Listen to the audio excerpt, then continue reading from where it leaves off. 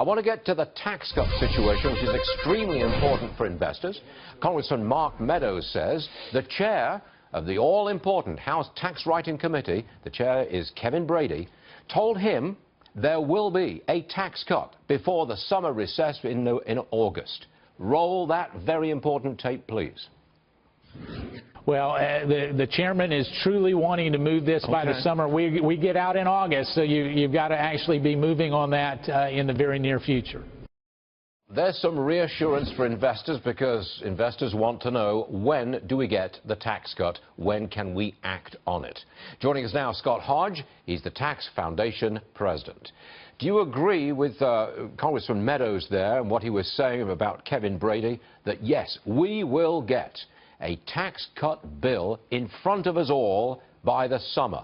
Do you see it that way? Do you see the schedule doing that? I think he's talking about the House of Representatives rather than the entire plan getting through both the Senate and onto the President's desk.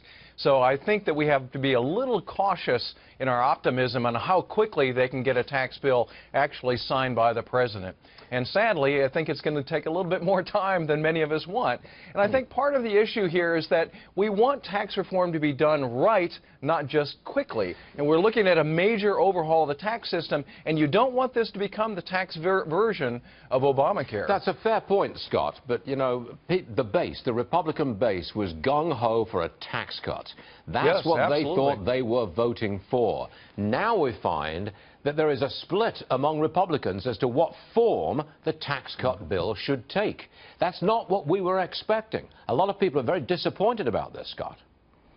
Well, and understandably so. And what Paul Ryan and Kevin Brady are talking about, this border adjustability plan in particular, has caused a big rift among many conservatives, and certainly within the business community.